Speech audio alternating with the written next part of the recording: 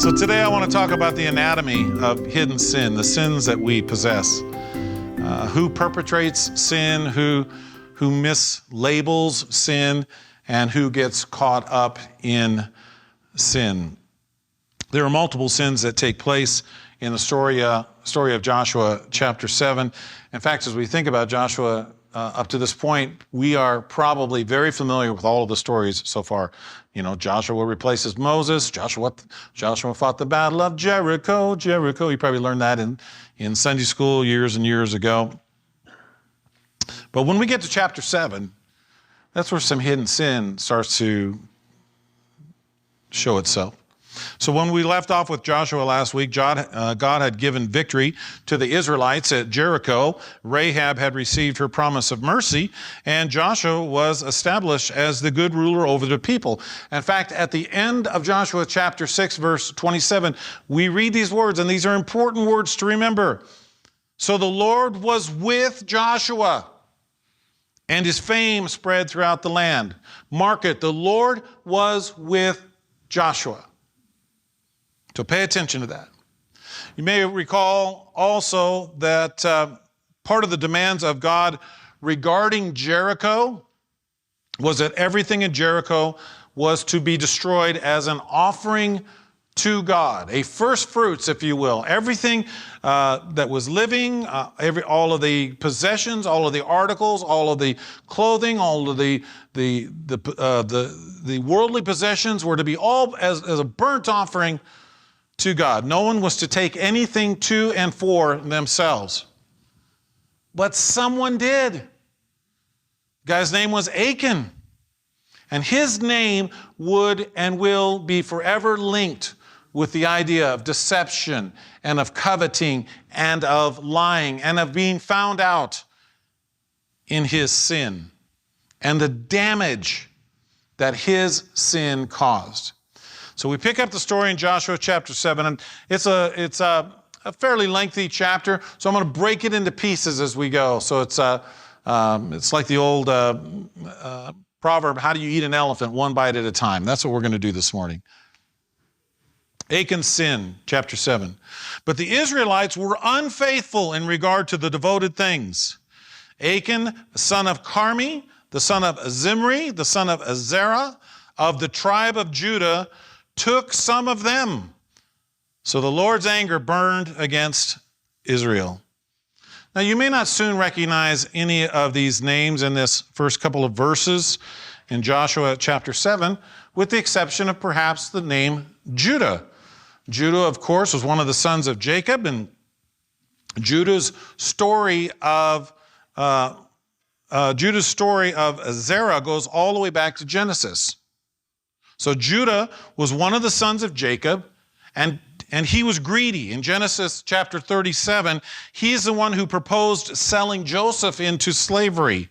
And then in Genesis chapter 38, it is Judah that has intercourse with his daughter-in-law, whom he believed at the time to be a prostitute.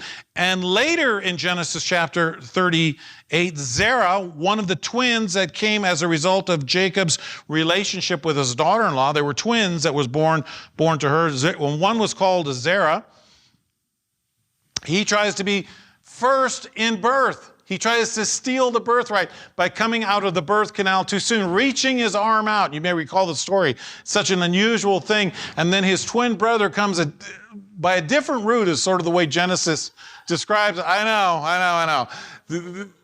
I think it's more metaphor than it is reality in biology. But he comes in a different sort of way. In other words, he comes rightly. But it was Zerah who is one of the ancestors of this Achan. And so we see this historical pattern. And that's why it's mentioned in Joshua, so that we see the relationship over time. So this is Achan's family tree of sins. They were takers, they were greedy, they wanted things, they coveted things. That's why they're mentioned. Verse 2, now Joshua sent men from Jericho to Ai, which is near Beth-aven, to the east of Bethel, and told them, go up and spy out the region. So the men went up and spied out Ai. Beth-aven, that means house of idols, or house of vanity, or house of nothingness, or nothing that is of any value, anything that is good. They travel upwards from Jericho. You may recall Jericho's in the plains. Now they are traveling upward from the valley to the rocky hillside to get to Beth Aven. And isn't it true, as we try to be faithful, God calls us to higher places to defeat in our own lives? Maybe we start by giving up little sins, but the big ones, the big high-placed sins of vanity and of idols, they are harder to overcome in our lives. Ask yourself at what point some things are higher than God in terms of importance to you, and you will know what your Beth Aven is. And so like Jericho, Joshua sends out spies ahead to have a look. Verse 3, when they returned to Joshua, they said, not all the army will have to go up against Ai. Send 2,000 or 3,000 men to take it, and do not weary, catch that, do not weary the whole army, for only a few people live there. So about 3,000 went up, which is about 10% of what they sent to Jericho. So about 3,000 went up, but they were routed by the men of Ai, who killed about 36 of them. They chased the Israelites from the city gate as far as the stone quarries and struck them down on the slopes. We just talked about that idea. And at this, the hearts of the people melted in fear and became like water. You know, the report is that God is with Joshua and that God is still with them. And so they have no reason to believe. There's no hidden sin that they're aware of. There's no hidden anything that they're aware of that Ai should be any different than Jericho. God is with Joshua. God is with them. And then this disaster. They're routed in this war. So a couple of thoughts about this. God never told Joshua to limit the involvement of his people in the next place that was to be conquered. That was a Joshua decision, not a God decision. So they didn't send like they did at Jericho. They didn't send the entire army. This time they sent a small contingency of it. But the Israelites were there to conquer the entire land together, to do it together. But Joshua says, no, just send some so we can rest the soldiers. So some remained back. So was it a sin on Joshua's part not to send the entire army? Was it a sin to let some remain free of the horrors of the next campaign? Was it vanity that said, do not weary the whole army? Isn't that vain? Isn't that prideful? To say, look, they're not big enough to send everybody. God is never interested, I believe, in a half-hearted effort. And that's what it seems like it was at Ai. At the church at Laodicea in Revelation chapter 3, God detests the idea of a lukewarm response to him. In Revelation 3:15, we read, I know of your deeds, talking about this church at Laodicea, that you're neither hot nor cold. I wish you were either one or the other. So because you are lukewarm, neither hot or cold nor cold, I'm about to spit you out of my mouth. And then he says this, you say I am rich, I have acquired wealth and do not need a thing, but you do not realize you are wretched, pitiful, poor, blind, and naked. In other words, Joshua is saying, we don't need to send the whole army. We're rich with the Lord, if you will. We don't have to do everything with passion anymore.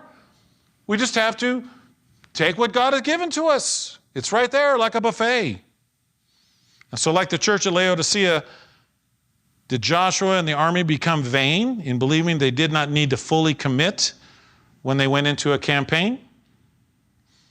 And in our lives, is there something God has asked you to stay committed to that you have become lukewarm about? Joshua, verse 6. Then Joshua tore his clothes and fell face down to the ground before the ark of the Lord. Remaining there till evening, the elders of Israel did the same and sprinkled dust on their heads. And Joshua said, now watch this. Alas, sovereign Lord, why did you ever bring this people across the Jordan to deliver them into the hands of the Amorites to destroy us. If only we had been content to stay on the other side of the Jordan. Pardon your servant, Lord. What can I say now that Israel has been routed by its enemies? The Canaanites and the other people of the country will hear about this, and they will surround us and wipe out our name from the earth. What then will you do for your great name? Did you catch all that? Joshua's blaming God. God did this. You know, we haven't dealt with Achan's sin yet, and yet here we have some of the attributes of sin already popping up. The army and Joshua have possibly sinned as a result of sending a smaller contingency to fight. Now Joshua comes before God, and guess who's to blame? God. Joshua asks, why did you do this to us, God? You ever met people like that? Something terrible happens to them. It's God's fault. Doesn't have anything to do with the way I'm living.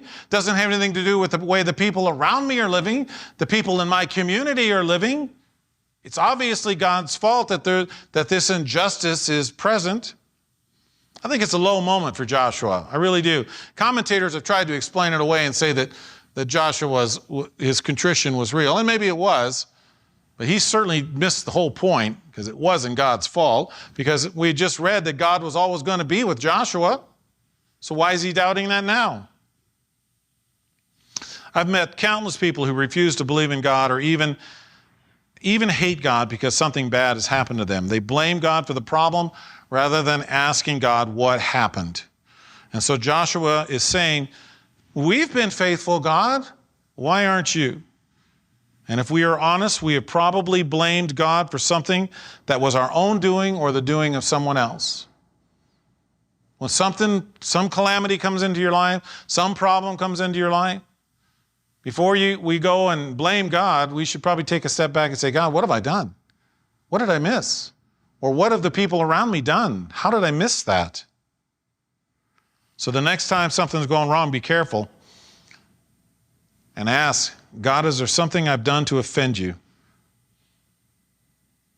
All right, so jumping to blame to God is risky business. How does God respond? Verse 10, the Lord said to Joshua, stand up.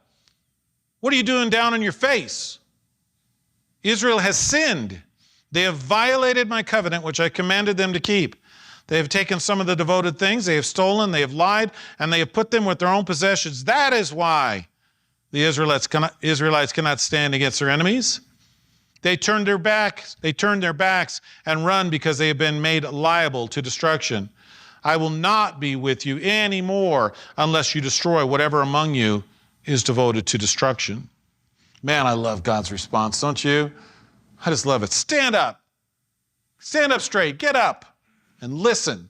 Why? You ever had a parent like that? Stand up. Look at me in the eye. I'll tell you how it is. Then he says, get to the bottom of it. This is not a me problem. This is a you problem. Get to the bottom of it. Isn't it interesting that God does not tell him exactly who sinned? God knows. He doesn't tell him exactly who sinned. Why wouldn't he do that? He could have told him. Instead, he says, all of Israel is to blame. For one person's sin, all of Israel is to blame. And so the question must be, at some level, this is a community problem just like an infection is to the body. It is never limited to just the area of infection if it is left untreated. And one of the maladies of society today is that we do not police ourselves very well anymore. There was a time, I'll tell you, when I was a kid, neighbors policed the kids, right? Okay, so it wasn't just like your parent caught you doing something wrong. The neighborhood policed you. And so if you were messing around and Mrs. Smith from two doors down saw you messing around, she'd come out the front door and yell at you. Then she would call your mother and tell her that you were messing around, and she gave you the what for, and she thought that your mother should know. So then what happened then, right? You went home and mom or dad gave you the what for about the fact that your neighbor had to police you for your bad conduct in the neighborhood. That's what's happening here. They were lax. They weren't policing themselves. God says, whether you know it or not, you are complicit when you say nothing about the sin in your midst.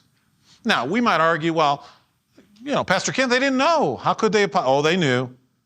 They knew. Somebody knew more than just Achan. You can't dig a hole in your own house and not have your family members see what's going on. They were complicit, and they should have said something. It's impossible to believe that only Achan knew of his sin. So we're going to talk about more about that. Nevertheless, God says, be careful, Joshua, you're blaming the wrong guy. Verse 13, go consecrate the people. Tell them, consecrate yourselves in preparation for tomorrow. We've talked about consecration. Make yourself holy, clean yourself up, get your act together, get focused, right? In preparation for tomorrow, for this is what the Lord, the God of Israel, says. There are devoted things among you, Israel. You cannot stand against your enemies until you remove them. So God's response is, clean yourself up. The unclean thing among you cannot remain. The truth of the matter is, we may never be sinless, but we can never be sinful. Our aim and destination must always be toward a godly life, personally and communally.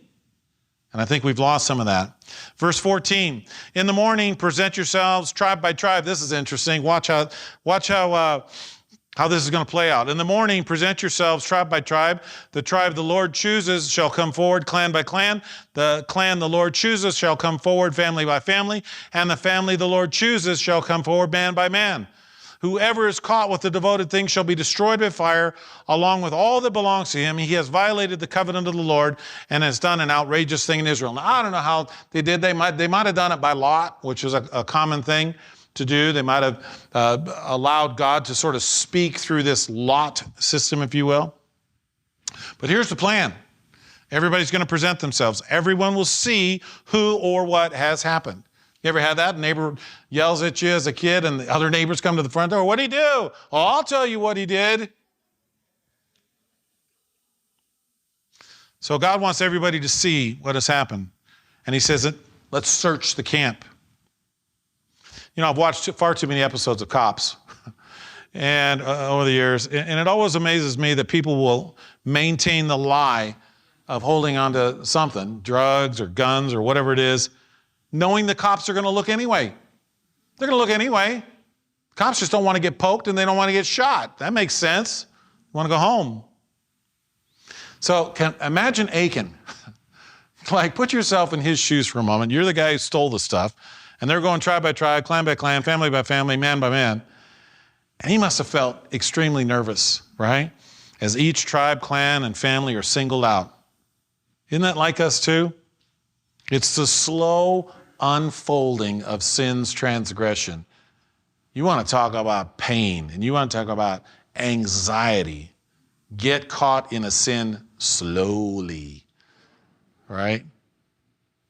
It's so much worse than if we simply fess up. All right, I'll give you an example about slowly wanting sin out of your life or having it come to you. I'm a bit of a baby, I'll confess it. If I get a splinter in my finger, I may go into shock. That is not a lie. Ask my daughter, she'll tell you. And I will hold out as long as I can to have that splinter removed. I'm always hoping the splinter will remove itself magically. It doesn't do it. And why? Because I want to avoid the inevitable pain that is associated with removing that splinter. How much more so do we hold on to sin and the slow removal of it? So kids do this as well. They do it with loose teeth. They'll hold off a long time. We'll say, well, let's just get the tooth out. No. I'll keep a wiggling on it a little longer, right? Scrapes, burns, immunizations. Do I really have to get the shot today? Can I wait till tomorrow? What is true is that sin always has to be dealt with. So verse 16, early the next morning, Joshua had Israel come forward by tribes and Judah was chosen, right? We already talked about Judah and Zerah and all the way down to Achan, right? This is all a family tree. The clans of Judah came forward and the Zerahites were chosen.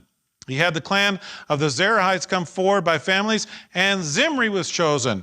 Joshua had his family come forward man by man, And Achan, son of Carmi, the son of Zimri, the son of Azarah, of the tribe of Judah, was chosen. That takes us all back to the first verse that we talked about. So the noose is tightening. Imagine the relief of the other tribes and people and families that realized it wasn't them that had sinned against God. That must have been a tremendous relief. But then also imagine their anger burning more and more as 36 of their own people were slaughtered as a result of someone's sin that has yet to be revealed, that is getting closer. Verse 19, then Joshua said to Achan, my son, give glory to the Lord, the God of Israel, and honor him. Tell me what you have done. Do not hide it from me. You know, one of the things I found when you deal with sin, that it's important to be specific when you talk about confessing something. Be specific. Not just say, well, I stole some things. No. What did you steal? What exactly did you do? Tell me how you lay the whole plan out in your mind. We should never generalize sin. We should always be specific about it. God does not leave us guessing as to what sin is and what sin is not. He tells us specifically what it is. So we have to seek to want to know. Verse 20, Achan replied, it is true. I've sinned against the Lord, the God of Israel. This is what I have done. When I saw in the plunder a beautiful robe from Babylonia, 200 shekels of silver, and a bar of gold weighing 50 shekels, I coveted them and took them. So broke two of the 10 commandments, coveted and then stole. They're hidden in the ground inside my tent with the silver underneath. So notice that Achan acknowledges his sin against God, but not against the families that lost loved ones. I sinned against God, and what he should have said, I sinned against God and I sinned against us. And 36 of us are dead as a result of my sin. He doesn't say that. So let's talk just for a moment about what he's taken, okay? He took a robe. Where on earth would he ever be able to wear that robe? It's from Babylonia, right? It's going to have Babylonian idols and Babylonia inscriptions on it. And Babylonia, it's ornate with the things of Babylonia. Where's he ever going to wear it? What's he going to do? Sell it? To who? The Canaanites? The people that they're trying to conquer? How about the silver? How could he ever explain his improved financial condition? How could he explain it? Would he just try to dole it out over time and allow that sin to fester over the rest of his life, knowing that every time he used one of those pieces of silver, it was a result of breaking his covenant with God? How about the gold? Gold is a king's currency. It's not a common man's currency. And that gold was probably stamped, right? It was probably stamped with some sort of foreign idol or god or leader. Where would he take that ingot? Who could he give it to? He could certainly never give it to anybody in his own tribes. He would have to trade them to evil people for his own gain. He coveted the things of the enemy. Do we do the same? What forbidden things do you have that you shouldn't have, that you're hiding from God or from other people? Verse 22, so Joshua sent messengers, they ran into the tent, and there it was, hidden in his tent with the silver underneath. I don't know, I should have looked this up. I'm not quite certain why twice they've talked about the silver being underneath, but nevertheless they have. Verse 23, they took the things from the tent, brought them to Joshua and all the Israelites, and spread them out before the Lord. They showed it to everybody. This is what was taken.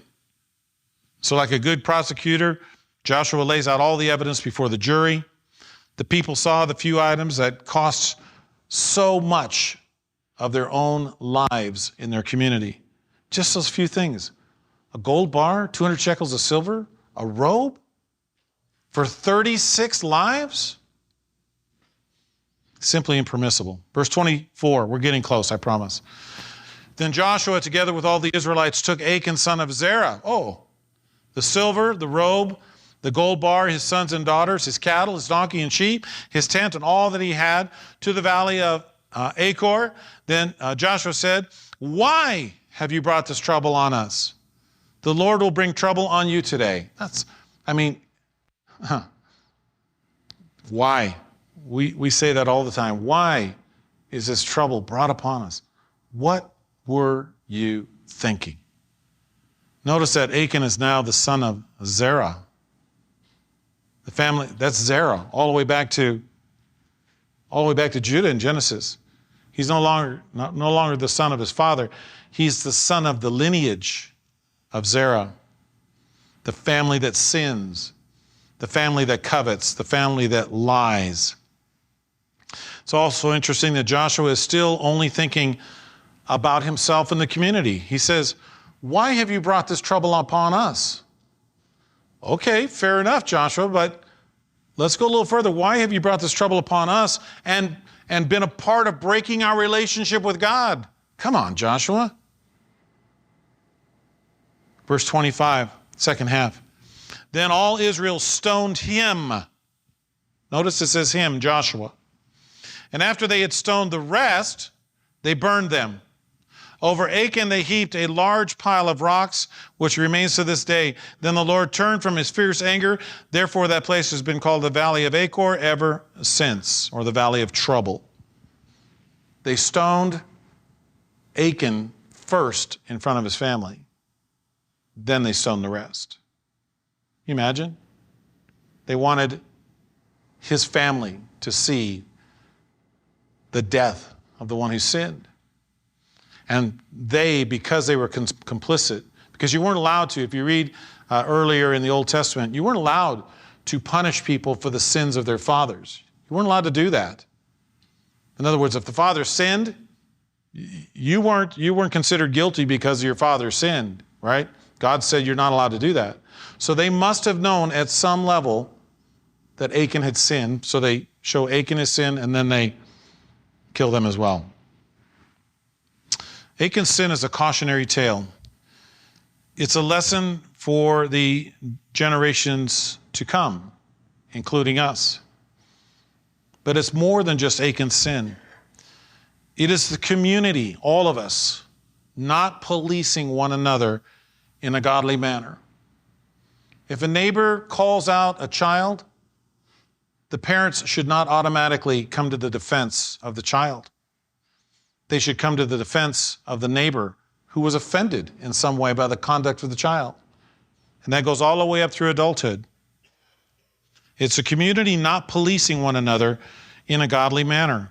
It is leaders who are quick to blame God rather than the actions of others.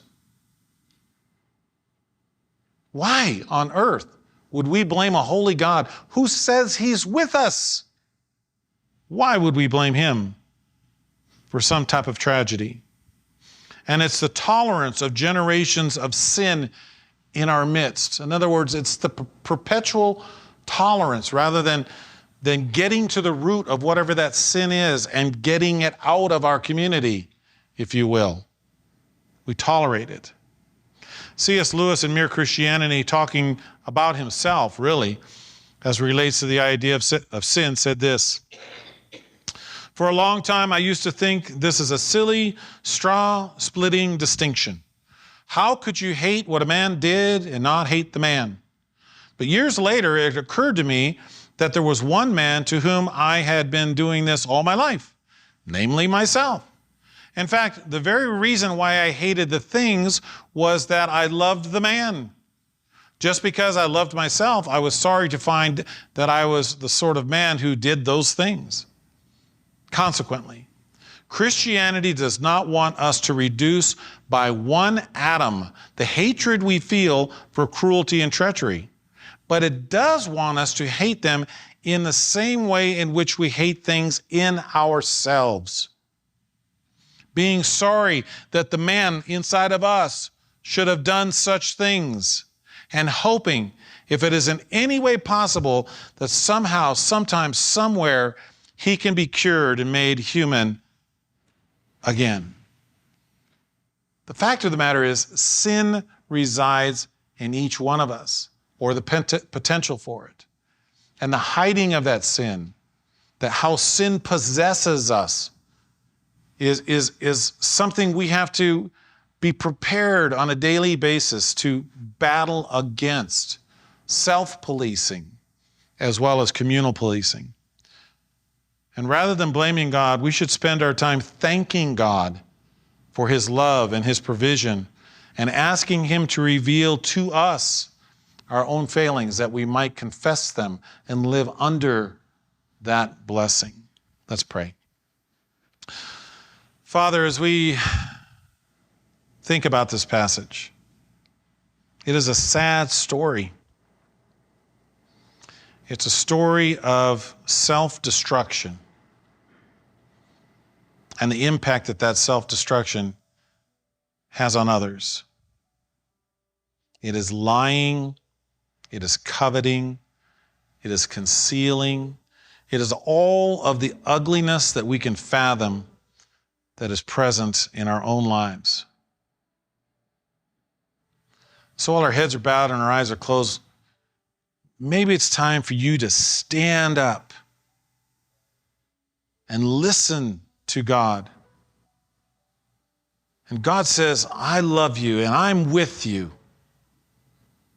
But I want you to confess, acknowledge before me and others that you are a sinner. And so right where you're at, while our heads are bowed and eyes are closed, if you're in that camp of acknowledging before God your sin and confessing it in your heart, no one else is watching. I just want you to stand right where you're at and say, God, I'm standing up and I want to be with you. And I don't want sin and the hiding of sin to rule my life.